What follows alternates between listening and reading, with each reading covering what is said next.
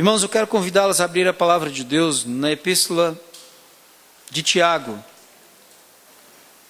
E eu quero mudar um pouquinho a maneira como eu conduzo as pregações no domingo. Como bom reformado que sou, calvinista até o tutano, eu quero passar a pregar aos domingos de forma expositiva. Eu já costumo pregar expositivamente, eu gosto de pregar expondo textos, mas agora mais ainda, sendo mais fiel ainda à pregação expositiva, ou seja, eu fazia isso quando tínhamos culto aqui na quarta-feira à noite, e os grupos familiares continuam fazendo isso, porque tem que pregar expositivamente, ou seja, nós estudamos livros.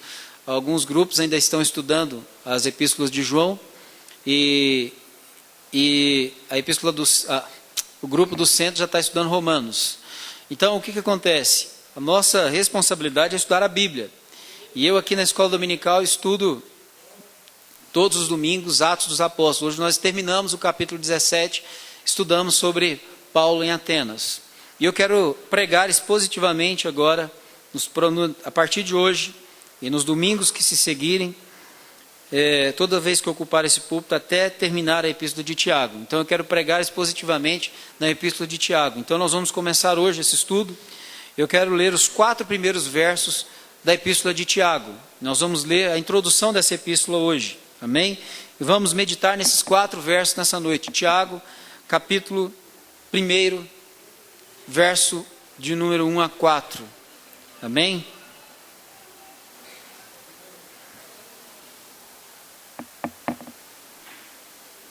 Todos encontraram?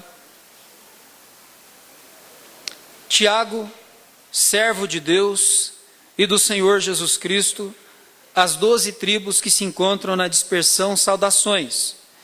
Meus irmãos, tende por motivo de toda alegria o passardes por várias provações, sabendo que a provação da vossa fé, uma vez confirmada, produz perseverança.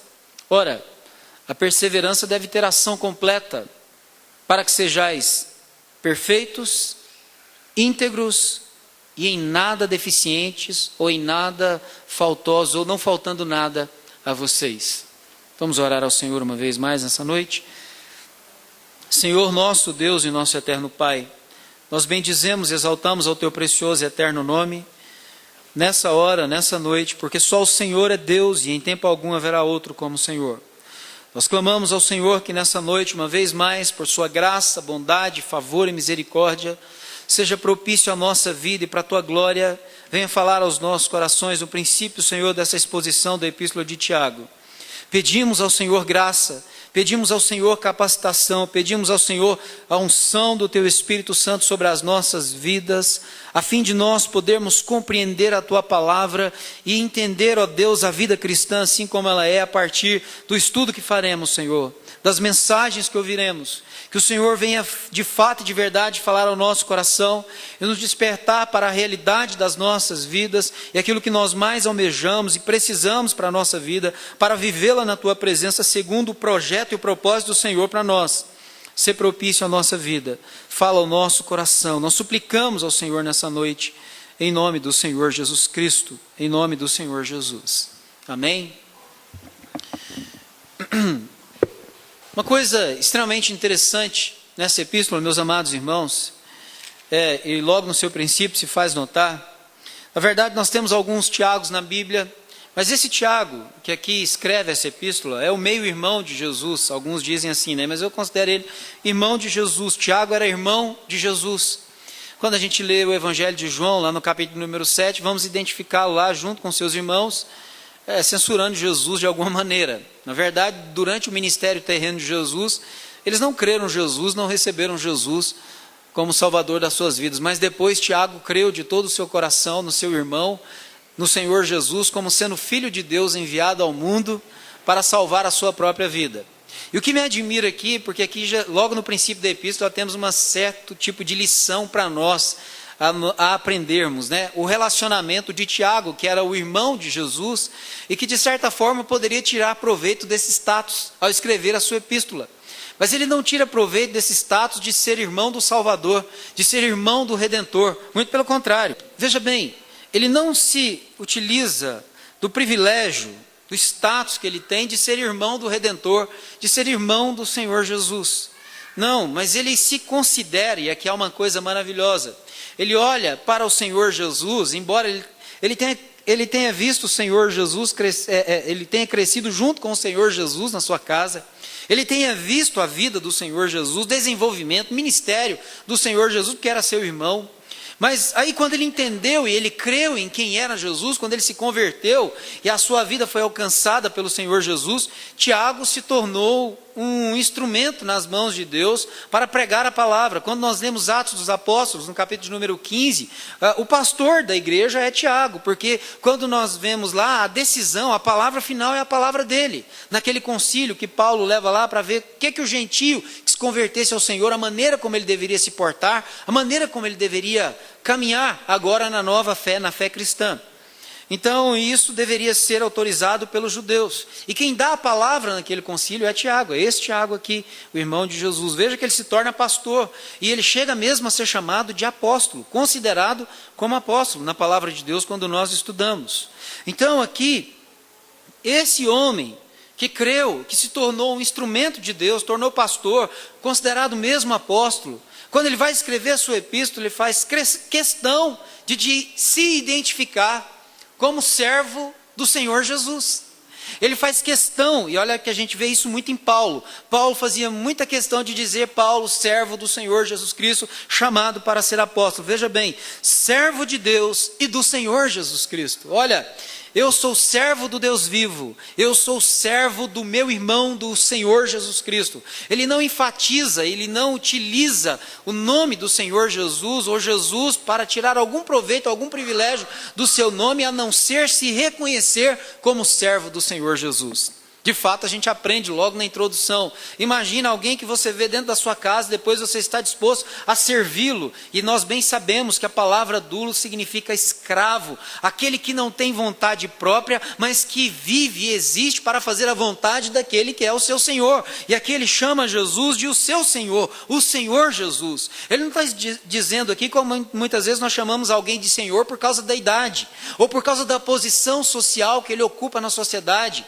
E a gente chama de Senhor, ou muitas vezes, como eu vejo, acho interessante, algumas senhoras de idade na igreja, mas que quando conversam comigo, que sou mais novo que elas, me chamam de senhor porque eu sou pastor, não é verdade? Então, o senhor pastor, mas mesmo sendo mais novo, me chamam de senhor.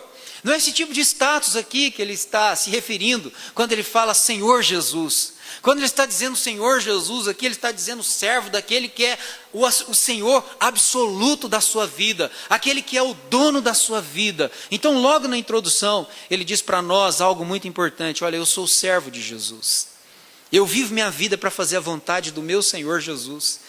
E é interessante olhar para a história e ver que ele é irmão de Jesus, que ele cresceu na mesma casa que Jesus cresceu, mas ele olha para Jesus com encantamento e ele entende: eu sou servo dele, eu vivo para fazer a vontade dele, ele é o meu Redentor, ele é o meu Salvador.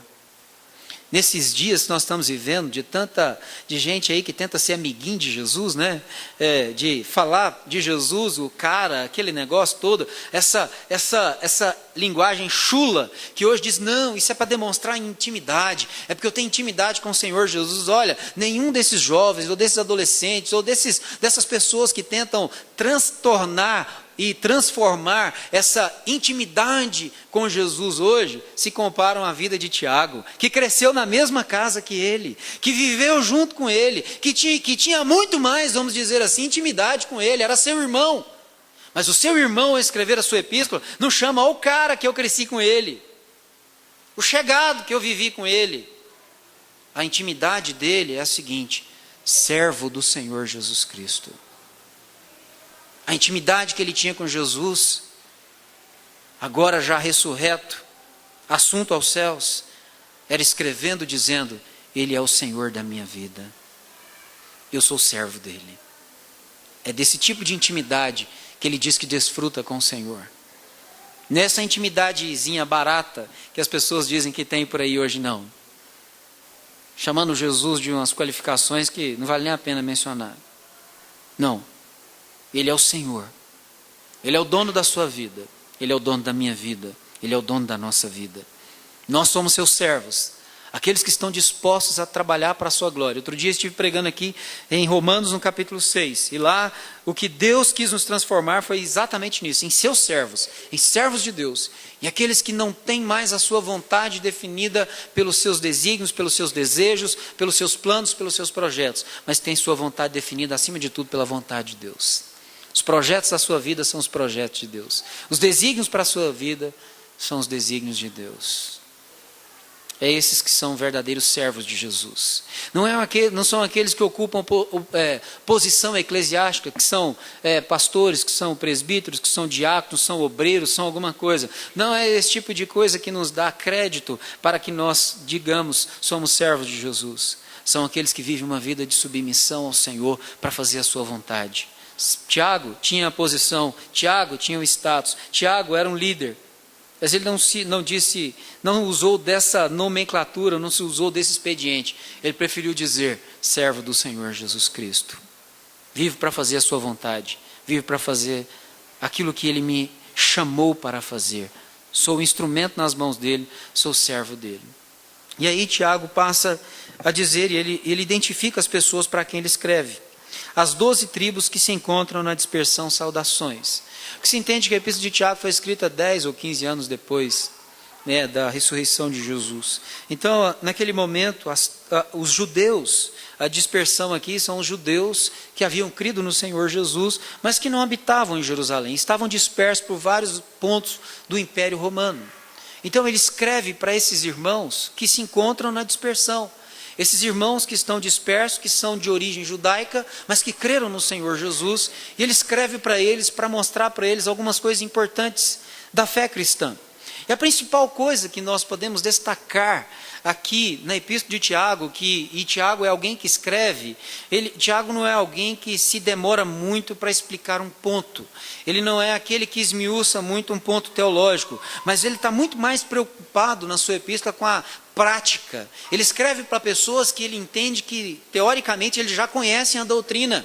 Eles já sabem o que significa. Então, o que eles estão precisando é de colocar aquilo que eles conhecem agora em prática na sua vida.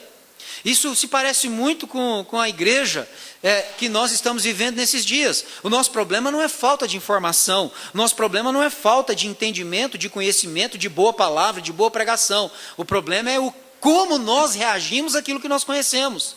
Como nós administramos o que nós conhecemos, o que nós sabemos. Qual é a nossa atitude mediante a palavra que nós ouvimos, que nós conhecemos.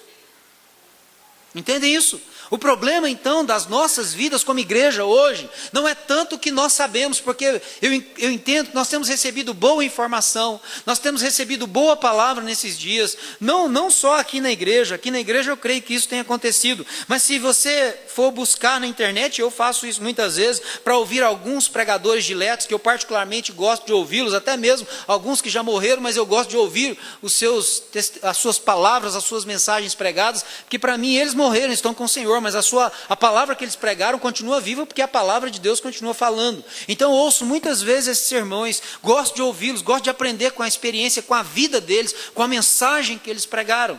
Então o nosso problema não é informação, não é entendimento da mensagem. O problema nosso, na verdade, é a prática, é como nós reagimos, como nós realizamos a tarefa que pelo conhecimento nós sabemos que temos que realizar. Então, Tiago ele vai tentar mostrar para os irmãos como que deve ser a prática de vida deles, como que eles devem agir, como que eles devem agir, reagir, como que eles devem fazer para glorificar a Deus. Então Tiago está muito preocupado com a prática na sua epístola, e você vai ver que ele se demora pouco nos pontos, alguns um pouco mais, mas alguns de forma bem sucinta. Ou seja, ele quer despertar nos irmãos o seguinte, é isso aqui, o que nós precisamos é fazer. É realizar. E aqui nesses primeiros 4 versículos, nós já vamos ver isso de modo muito claro.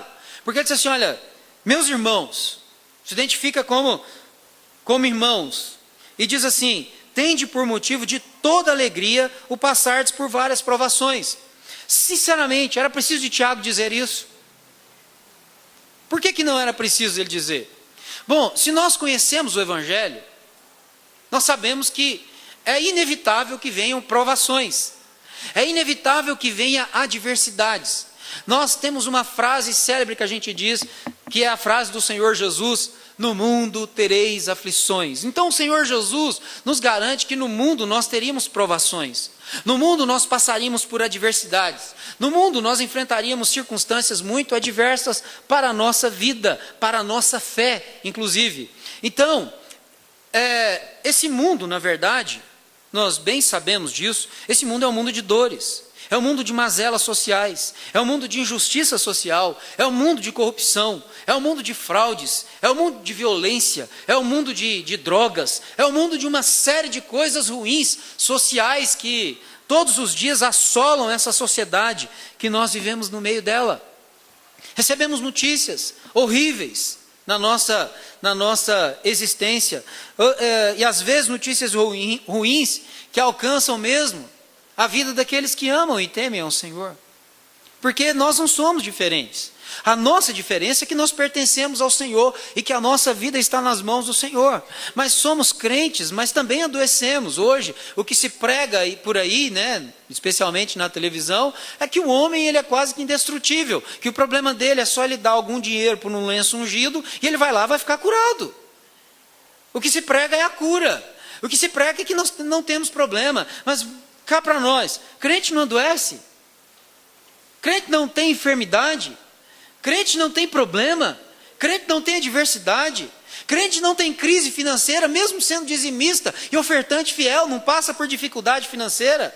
Hoje diz que se você der tudo, Deus vai te dar muito mais e você não vai ter problema financeiro. Isso não é verdade. Mesmo sendo dizimistas fiéis, mesmo sendo ofertantes fiéis, isso não nos isenta de passar por dificuldades. Isso não nos isenta de passar por momentos difíceis, em que nós precisamos que Deus às vezes faça um milagre, para as coisas continuarem caminhando. O que se prega hoje é, se for dizimista, se for ofertante, acabou, você não tem mais problema financeiro. Olha, tem muitos anos que eu sou dizimista e ofertante fiel. Começo desse ano, até o final do mês de abril, eu estou apertado, que vocês não imaginam tanto. Olha, faz parte da vida. Faz parte da vida cristã. Então o que Tiago quer dizer é que nós não somos diferentes nesse aspecto. A diferença é que nós confiamos no Senhor. A diferença que Ele quer estabelecer é como nós reagimos diante da situação adversa. É isso que mostra quem nós somos, povo de Deus. Não é não passar pelo problema, é passar pelo problema, mas confiando no Senhor, sabendo que Deus está no controle da nossa vida e que nada irá além daquilo que nós damos conta de suportar, porque Ele nos sustenta. Então, quando nós olharmos, quando nós passássemos pela tribulação, pelo problema, pela provação na vida, a forma como nós deveríamos olhar para isso é com alegria. Deus, o Senhor quer fazer alguma coisa na minha vida. O Senhor de repente quer mostrar para as pessoas do mundo que eu não sou igual a elas. Não que eu sou melhor do que elas, mas que eu tenho um Deus que cuida de mim. E esse é o diferencial. Olha, e é isso mesmo. Olha, nós temos, na verdade, que ser submetidos às mesmas dificuldades que as pessoas do mundo são submetidas. Por quê? Porque quando as pessoas do mundo são submetidas a certas dificuldades, eles enlouquecem. Eles não têm esperança, eles não têm socorro. E muitas vezes vão pedir a Deus, vão para esses lugares aí hoje, que eu acabei de mencionar aqui, porque estão no desespero. Não é porque têm fé, é porque estão no desespero. Bom, isso quando se trata de problema financeiro. Mas quando o problema é enfermidade, quando é um câncer que se estabelece na vida de alguém, quando é uma coisa assim que vem sobre a nossa vida, isso pode vir sobre a vida de qualquer um de nós. Deus pode permitir que isso venha sobre a vida de qualquer um de nós. Mas nós achamos que somos crentes e somos indestrutíveis. Somos crentes, essas coisas não podem entrar dentro da nossa casa. Não, está completamente errado. E aonde eu provo essa tese para vocês? Leiam o livro de Jó. Qual que era o testemunho que Deus dava da vida de Jó? Homem íntegro e reto, que teme a Deus e se desvia do mal. Veja bem, Tiago está falando aqui, leiam comigo. Meus irmãos, Tende por motivo de toda alegria o passar por várias provações, sabendo que a provação da vossa fé, uma vez confirmada, produz perseverança. Ora, a perseverança deve ter ação completa, para que sejais perfeitos, íntegros e em nada deficientes. O testemunho que Deus dá de Jó é que ele era íntegro, perfeito e em nada deficiente. Leia o primeiro capítulo de Jó, para você entender isso. Mas aquele homem temente a Deus, aquele homem que pastoreava a sua casa, aquele homem que oferecia sacrifícios pelos seus filhos, aquele homem que cuidava com tanto zelo da sua casa, aquele homem que era financeiramente bem sucedido, aquele homem que tinha riquezas, aquele homem que, apesar das riquezas, ele tinha uma vida voltada para Deus, ele tinha um coração rendido aos pés de Deus. A gente deveria dizer, não, para esse homem não pode acontecer nada, porque o próprio Deus dá testemunho de que não há na terra ninguém semelhante a ele. Um homem que teme a Deus, que se desvia do mal, que não se envolve com o pecado, um homem que está buscando viver uma vida santa para Deus. Mas esse homem, um dia Deus coloca tudo o que ele tem nas mãos de Satanás. E o próprio Deus propõe isso, não é Satanás. Leia o livro de Jó. Deus diz, tens visto o meu servo Jó? Não é Satanás que fala com Deus, é Deus que fala com ele.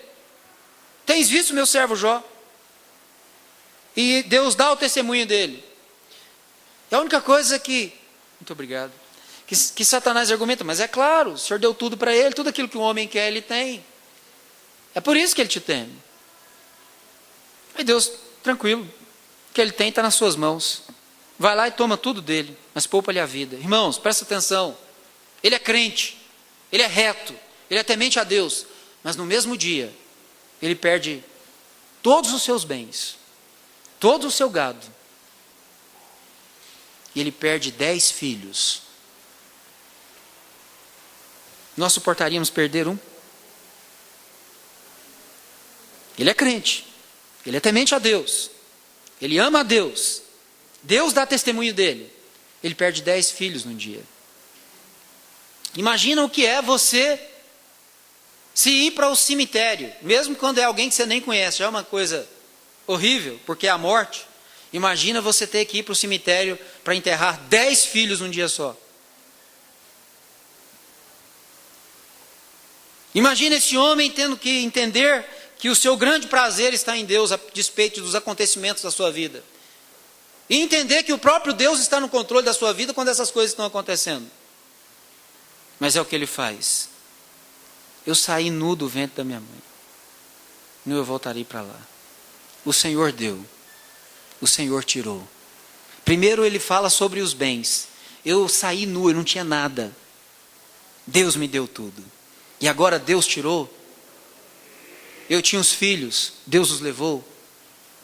Bendito seja o nome do Senhor. Apesar da dor, apesar do sofrimento, ele ainda encontra lá no fundo da sua alma um motivo para adorar a Deus, para se alegrar em Deus, porque a sua vida pertence a Deus. Porque o que ele tinha pertencia a Deus. Mas isso só fica provado, essa fé estupenda, essa fé maravilhosa, quando ele é provado. E deixa eu dizer uma coisa para vocês nessa noite, irmãos. Nessa mensagem eu queria convidá-los a ser provados. Convidar a nossa vida a esse tipo de atitude, porque senão a sua fé nunca vai ser revelada que ela é genuína e verdadeira. A nossa fé só é revelada como genuína e verdadeira quando nós somos submetidos às pressões da vida. Quando nós somos submetidos a adversidades, para ver se existe fé genuína no Senhor Jesus Cristo ali. É na hora das propostas do inferno, é na hora das tentações que vêm sobre a nossa vida, é na hora da dor, é na hora do sofrimento, é na hora que a gente não ganha e a gente perde. É nessas horas que nós somos provados. É nessa hora que fica evidente se aquele conhecimento teológico que nós julgamos que temos de Deus, ele é verdadeiro ou ele é só blá, blá, blá. Nessa hora que fica provado se o conhecimento que nós temos de Deus é teórico ou ele é verdadeiro, ele é genuíno e ele molda a nossa esperança, a nossa existência. Se nós realmente amamos e tememos ao Senhor, Ou se nós fazemos como o povo no deserto. Ah, hoje eu quero água, essa água é ruim. Ah, essa comida é ruim. Ah, para que nos tirou do Egito? Um povo que ao invés de ser grato a Deus por tudo que Ele fez a eles, um povo que começa a murmurar, a reclamar. Irmãos, sinceramente, eu vi isso na nossa primeira viagem missionária aos Calungas, há 2 anos atrás. Foi só as coisas apertarem, ficarem adversas, contrárias, todo mundo começou a reclamar. Parecia o povo no deserto, é a mesma coisa. Ah, será que esse pastor Adonias não planejou direito? Será que ele está perdido, ele não sabe onde é que ele está? Murmuração, reclamação. Esse negócio está desorganizado, está assim. Não, estava organizado, só que estava organizado por Deus, não pela gente. Deus estava trabalhando no nosso caráter, para ver se a gente teme e ama ao Senhor, independentemente das circunstâncias. São momentos em que Deus nos submete às pressões da vida, para que a gente perceba que nós amamos ao Senhor e que Ele é mais importante do que as circunstâncias da nossa vida. E é por isso que nós deveríamos ter motivos de alegria, motivos realmente para nos alegrar. É lógico, não significa que quando a gente perde alguma coisa que a gente ama, ou alguém que a gente ama, isso não doa, não haja o sofrimento da separação, é claro. Mas apesar disso, apesar das perdas da vida, nós encontramos no Senhor o motivo do nosso grande prazer para a alma.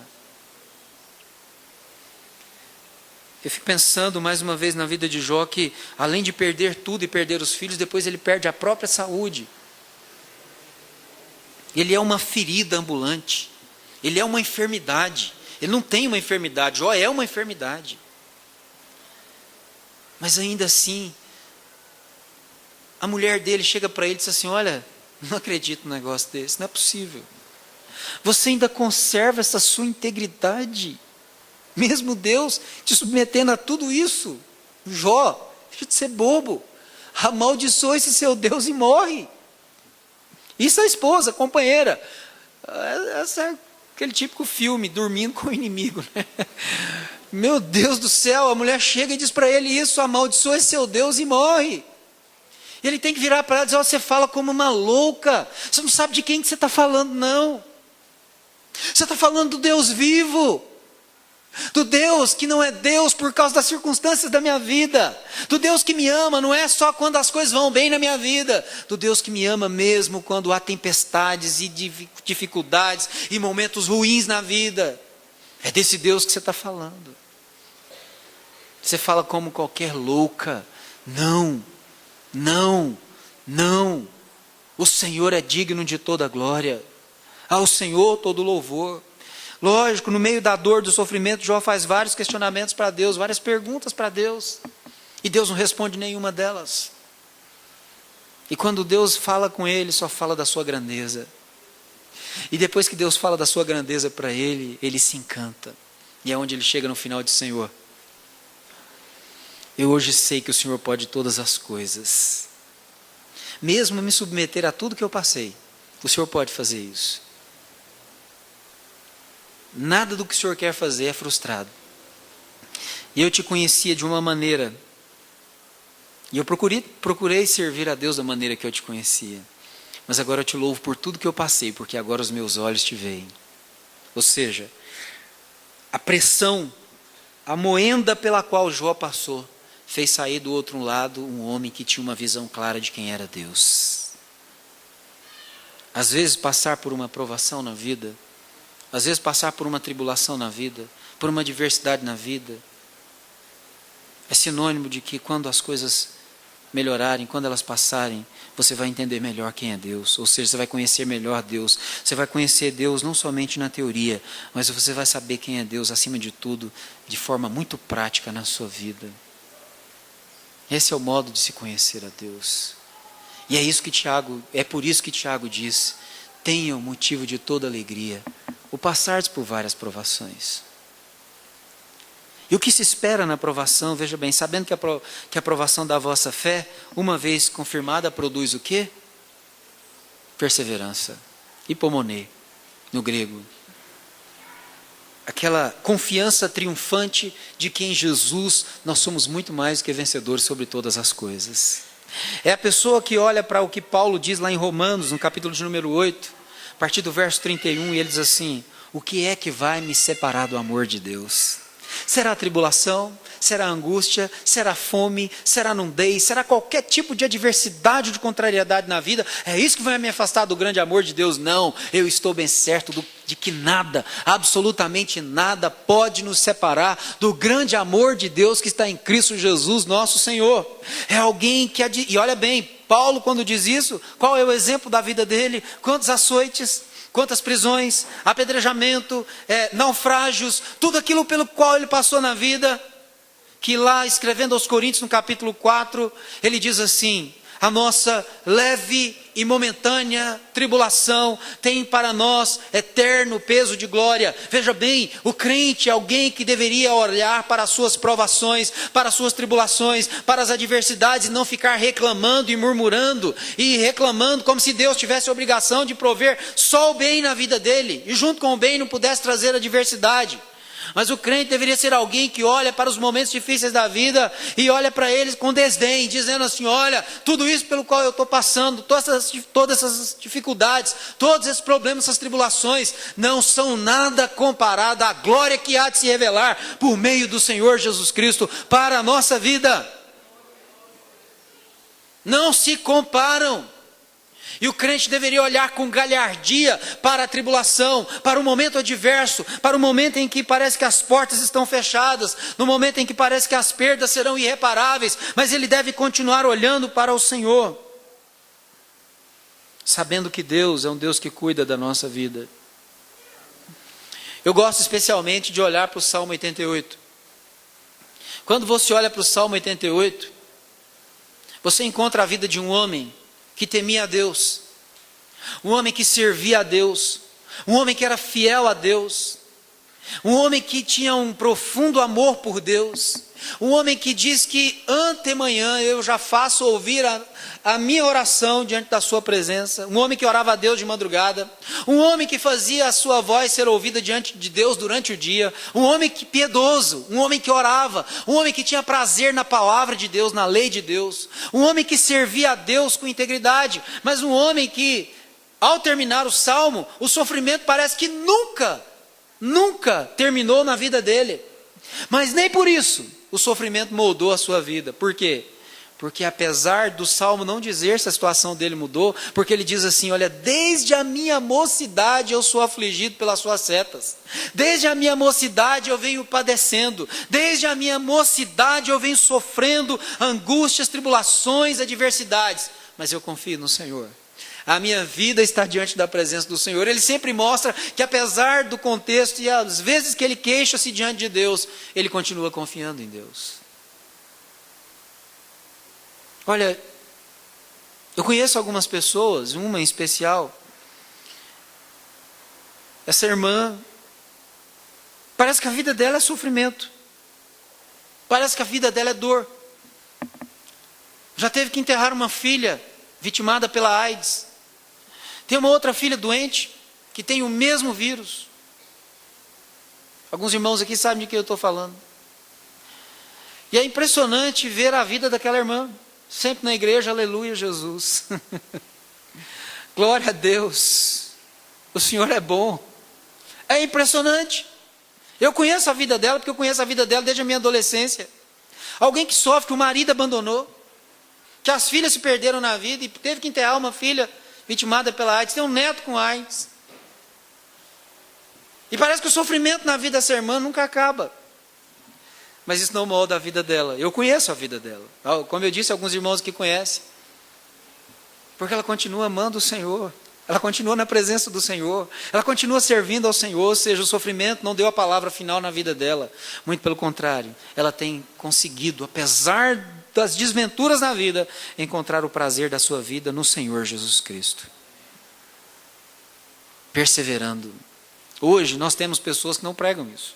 Eu não quero ser aqui o bambambam, achando que eu estou pregando isso ou alguma coisa, não. Mas essa é a verdade do Evangelho. O que se prega hoje, Deus vai te dar vitória. Deus vai te fazer vencer. Vamos declarar. Deus vai mudar. Deus vai fazer, Deus é isso. Bom, eu não duvido que Deus tenha poder para mudar as circunstâncias. Mas Ele vai mudar se Ele quiser. Ninguém dá ordem para Deus, não. Ninguém diz a Ele o que Ele tem que fazer, não. Ninguém determina e Deus se submete à determinação do homem. Ninguém diz vai acontecer e acontece.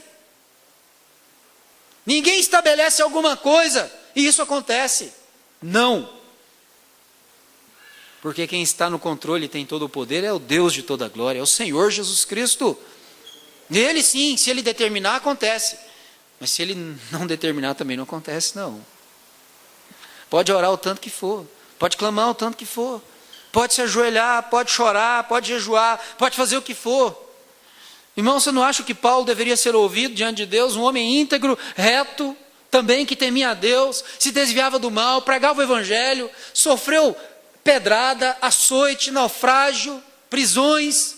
Ele chega diante de Deus, faz um pedido: Deus, por favor, arranca esse espinho da minha carne. Ele orou 3 vezes e eu disse: não, minha graça te basta. Então como que eu posso determinar que tudo que eu pedir para Deus Ele vai responder com um sim? Se para o apóstolo Paulo Deus diz não, como que eu posso determinar que Deus só vai dizer sim? Que Deus vai curar todo mundo?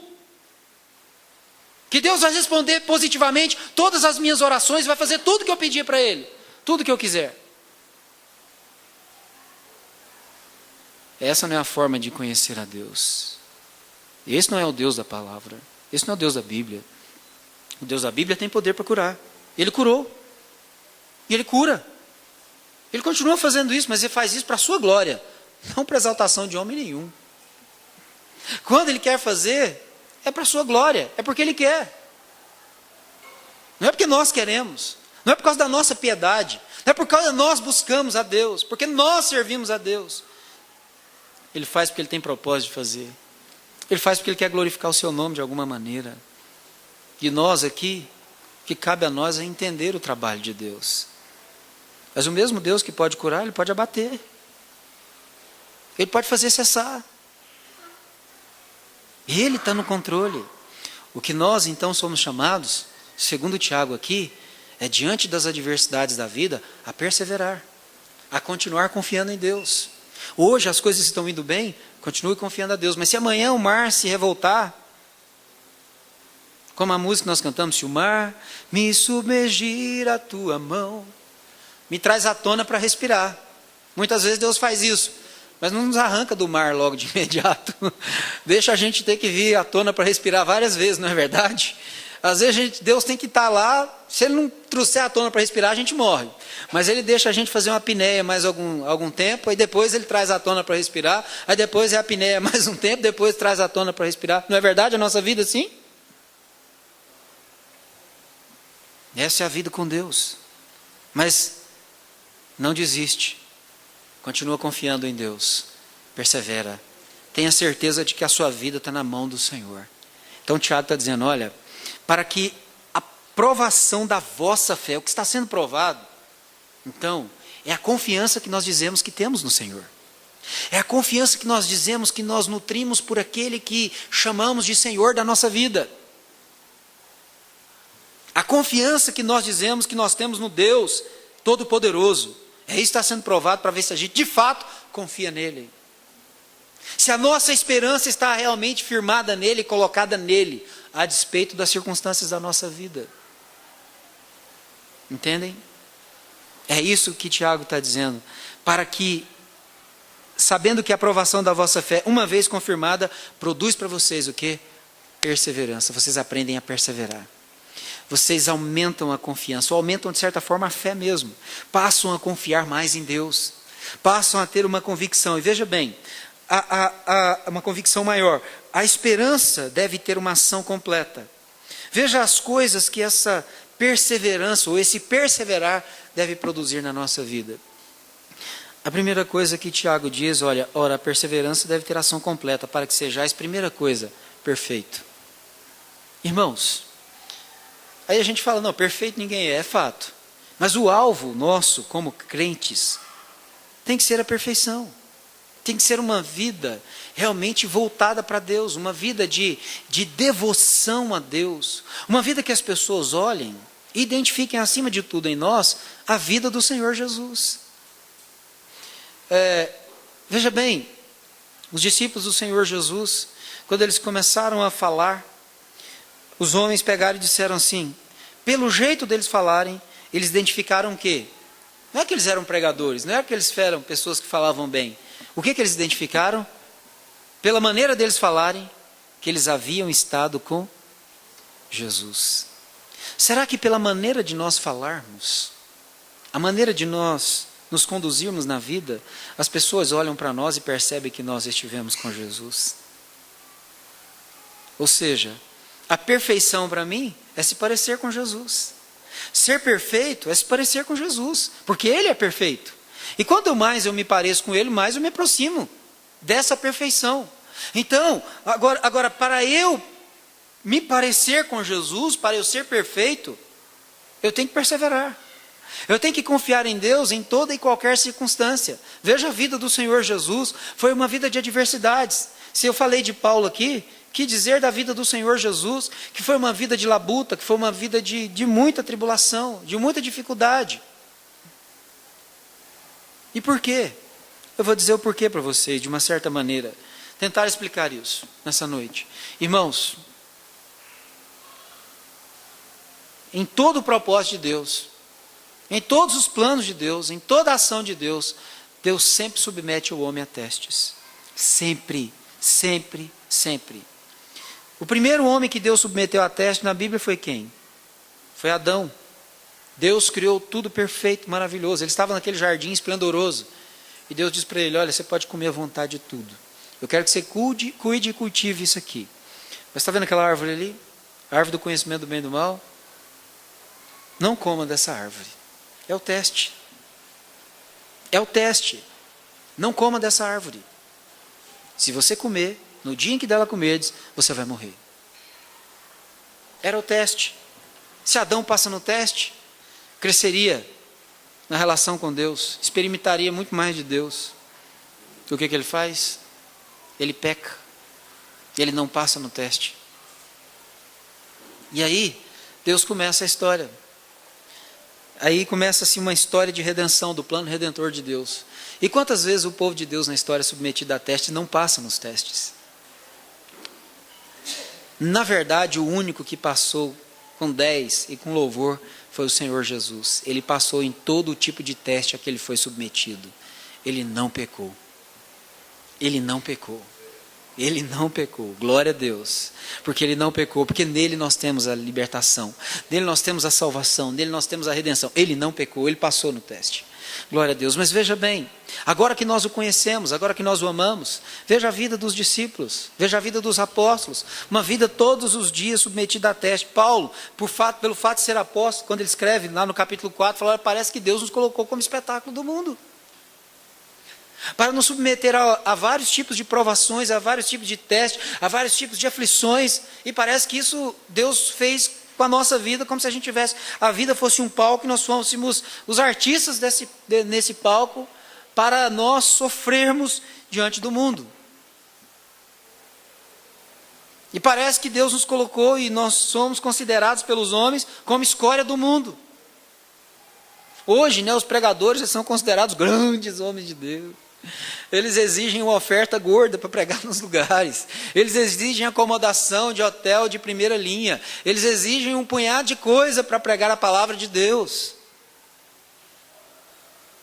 Aqueles homens não tinham absolutamente nada no que diz respeito a isso em relação a conforto. Em compensação, esses homens hoje não fazem nada comparado ao que eles fizeram. Nada. São barulhentos que só. Mas não tem poder nenhum na vida. Não tem poder de Deus nenhum nas suas vidas. Poder de Deus não é para fazer magnatas da fé.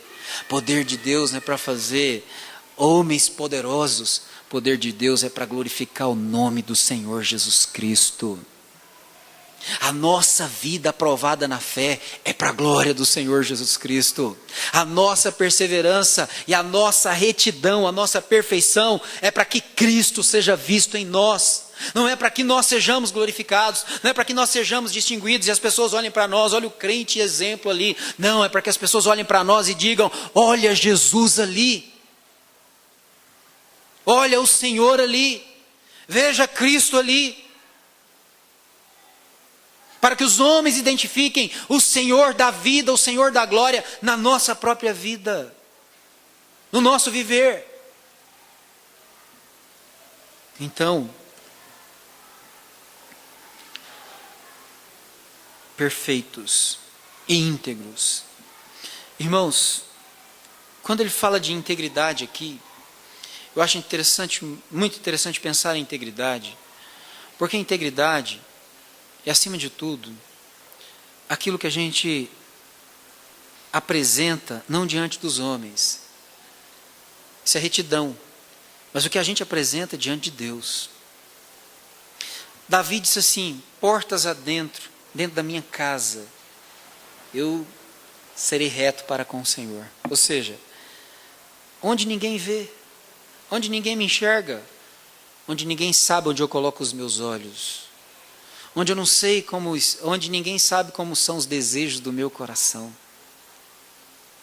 como eu olho para as pessoas, como eu coloco os meus olhos no outro, como eu coloco os meus olhos na coisa, como Paulo descobriu a cobiça. Com certeza, se ele cobiçava, isso vinha da forma como ele colocava os seus olhos em alguma coisa, não é verdade? Eu não sei o que, mas ele descobriu a cobiça. Talvez a posição elevada que ele tanto almejou e lutou por ela e fez de tudo para obtê-la. Cobiça. Não é verdade? Então, integridade é aquilo que nós temos, muito mais do que aquilo que é demonstrado diante das pessoas, mas aquilo que nós temos diante de Deus. Aquilo que é passado pelo crivo da aprovação de Deus. Aquilo que Deus diz e olha e diz assim, como ele diz para Jó, homem íntegro. Não é o que os homens dizem, homem íntegro.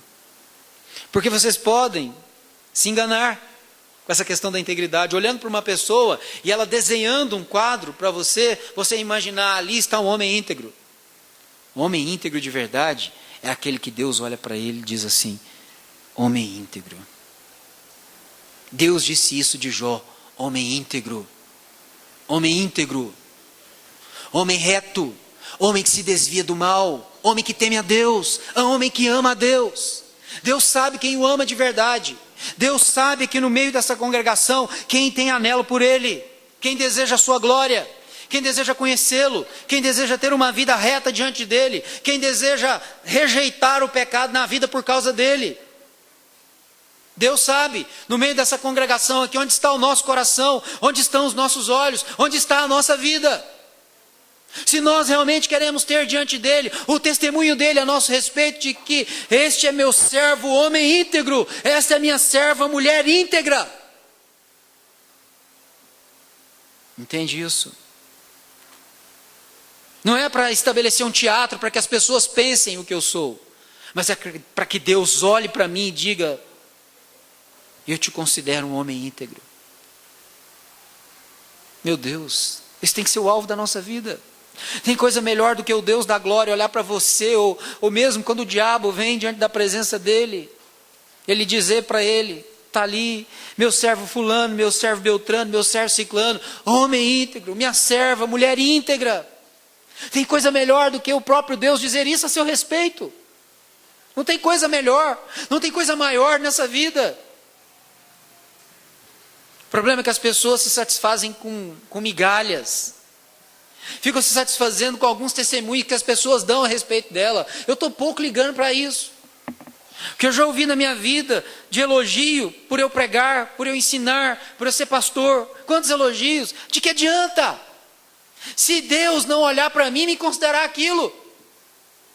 Que adianta os homens dizerem o melhor de mim, se o Deus de toda glória olha para mim e não me enxerga daquele jeito, não me vê daquela maneira, não dá esse testemunho da minha vida. Homem íntegro. Entendem isso? Meus amados irmãos, eu gostaria que nós saíssemos dessa igreja nessa noite, acima de tudo preocupados com a opinião que Deus tem a nosso respeito. Não é o que os homens dizem a nosso respeito, porque isso muitas vezes é engano. Ou às vezes nós mesmos estamos enganando com as nossas atitudes. Mas se Deus disser alguma coisa ao seu respeito, essa é a verdade. Como bem disse Leonardo Ravenhill, existe uma pessoa em nós que nós pensamos que somos. Existe uma outra pessoa em nós que as pessoas olham para nós e pensam que nós somos. Mas existe uma pessoa em nós, e essa é a pessoa que de fato nós somos, que Deus olha para nós e diz assim: é isso aí que você é. Entende? Eu não sou o que eu penso que sou, e nem sou o que os outros pensam que eu sou. Na verdade, eu sou aquilo que Deus diz que eu sou. E o que Deus diz que eu sou? E o que Deus diz que você é? É isso que é importante. E aí está integridade. Se Deus te considera íntegro, você é íntegro. Se Deus te considera uma pessoa reta, você é reta. Entende isso? É o que Deus te considera. E é o que Deus diz a seu respeito, a meu respeito. E essa é a opinião que mais importa para a minha vida. Essa é a opinião que tem transformado a minha vida. É que Deus me veja assim. Eu quero isso. E quando eu digo que quero isso, eu sei o que está por vir. Como Paulo podia dizer a respeito da sua vida, se você quer isso, pode dizer também a respeito da sua vida. Vem tribulação, vem provação, vem dificuldades, vem adversidades, mas não importa. O que importa é Deus ser glorificado. E eu conhecê-lo mais. E Ele dar esse testemunho da minha vida. Homem íntegro. Glória a Deus. E a última coisa que Tiago diz que a perseverança produz em nós é nós não termos falta de nada, em nada deficientes. Ou seja, não vai te faltar nada. Mas quando ele está dizendo aqui que não vai te faltar nada, ele não está falando de coisas. Ele está falando sim das questões que definem a sua vida cristã. Daquilo que te define como um crente. Daquilo que faz você ser servo do Senhor Jesus Cristo. Faz você ser alguém que vive a sua vida para a glória de Deus. Ele está dizendo, não vai te faltar nada. Em outras palavras, você vai ser fiel. Você vai ser reto. Você vai cumprir com os seus deveres cristãos. A vida cristã é uma vida de direitos e uma vida de deveres. É uma vida de bênçãos e uma vida de responsabilidades. Então não vai te faltar bênção nenhuma. E não vai te faltar também responsabilidade nenhuma. Não vai te faltar provisão, mas também não vai te faltar a tarefa, a responsabilidade. Entende? O que perseverar na fé faz? Então o que Tiago está propondo aqui nesses 4 primeiros versos, eu queria que nós olhássemos para isso, é um crescimento na vida cristã. É um crescimento no relacionamento com Deus. É um crescimento nessa que nós chamamos de vida cristã. Maturidade. Você deixar de ser um bebê em Cristo e começar a crescer e se tornar um homem, uma mulher de Deus. Quantas pessoas que às vezes têm 15, 20 anos de fé e nunca crescem, nunca amadurecem na fé, nunca aprenderam a passar por uma adversidade na vida, por um contratempo na vida. Quando vem a tribulação, quando vem a dificuldade, agem como quem parece que nem conhece ao Senhor. E são muitos anos de igreja. Muitos anos de igreja, mas não crescem espiritualmente. Ainda são bebês espirituais, ainda são crianças em Cristo. Mas esse não é o projeto de Deus para a nossa vida. O projeto de Deus para a nossa vida é como Pedro diz no final da sua epístola: antes crescei na graça e no conhecimento do Senhor. O projeto de Deus para a vida cristã é que ela se desenvolva. É que você comece como um bebê que engatinha e depende muito de Deus e das outras pessoas, mas logo você vai adquirindo uma certa maturidade na vida, você começa a dar os primeiros passos sozinho, e daqui a pouco você cresce mais um pouquinho e você começa a dar os seus passos, de maneira independente, porque agora você está conhecendo mais a Deus. Você tem mais entendimento de quem é Deus por meio da sua palavra. E daqui a pouco você está formado num homem de Deus, numa mulher de Deus, num servo de Deus, numa serva de Deus para fazer a sua vontade sobre a face da terra. Então o que Tiago diz aqui, de certa forma, nesses 4 versículos, é um convite a deixar de ser uma criança em Cristo e se tornar um homem e uma mulher de Deus. Alguém que serve a Deus verdadeiramente. Alguém que ama e teme ao Senhor. Alguém que tem integridade diante de Deus. Alguém que está disposto a fazer a vontade de Deus. Alguém que está disposto a dizer: Deus, o que o Senhor quiser, isso será feito. E para a sua glória. Amém, irmãos? Amém? Vamos orar ao Senhor nessa noite.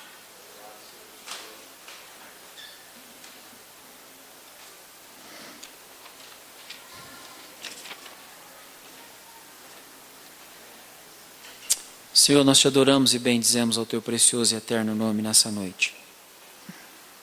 Porque verdadeiramente só o Senhor é Deus e em tempo algum haverá outro como o Senhor. O Senhor é bom, a sua misericórdia dura para sempre. De geração em geração, a tua fidelidade sobre as nossas vidas. Sua palavra é viva e eficaz e nós somos chamados, ó Pai, a amá-la, a viver em integridade diante da presença do Senhor em relação àquilo que nós encontramos na tua palavra. Aquilo que o Senhor comunica aos nossos corações e fala às nossas vidas por intermédio da sua palavra. Eu te peço nessa noite, Senhor, que haja em nossa vida crescimento, que haja em nossa vida amadurecimento diante da tua presença, segundo a tua escritura sagrada, a tua palavra, segundo os teus desígnios para a nossa vida. Senhor, edifica a nossa vida por meio da tua palavra. Fala rica e poderosamente aos nossos corações. Sê propício a nós. Nós queremos, ó Pai, ouvir do Senhor a tua doce voz e assim a nossa vida diante da tua presença ser edificada diante do Senhor para a tua glória. Eu te louvo, Senhor, porque o Senhor é bom. A sua misericórdia dura para sempre, de geração em geração, a tua fidelidade em nossas vidas. Dá-nos a graça de crescer, Senhor. Dá-nos a graça de enxergar as adversidades da vida como oportunidades para nós crescermos, para nós amarmos mais ao Senhor, para nós nos aproximarmos mais do Senhor, para nós perseverarmos e assim ser gerada em nós essa integridade. Senhor, assim ser gerada em nós, ó Deus, essa retidão de caráter, de vida cristã. Senhor, para que não falte absolutamente nada em nossas vidas e assim nós vivamos diante da tua presença uma vida realmente abundante para a tua glória, de serviço ao Senhor, de temor ao Senhor. Nós louvamos o teu nome, nós engrandecemos ao Senhor nessa hora, no nome do Senhor Jesus Cristo, no nome do Senhor Jesus. Amém? Glória a Deus. Meus amados irmãos, antes do pastor Cláudio estar orando nessa noite pelos nossos pedidos de oração,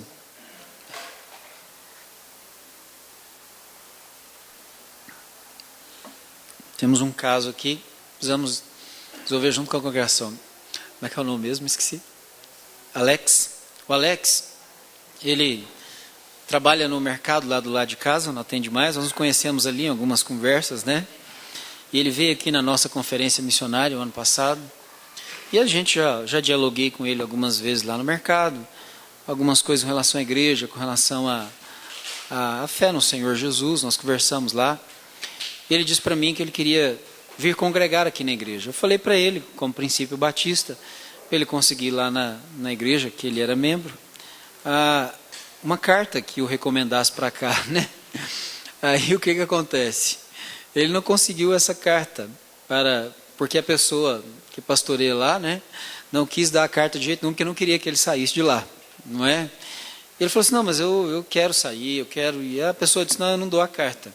E ele falou para mim, pastor, como é que faz? Eu falei assim, não, na Batista, quando acontecem essas coisas, nós podemos usar um expediente. O que acontece?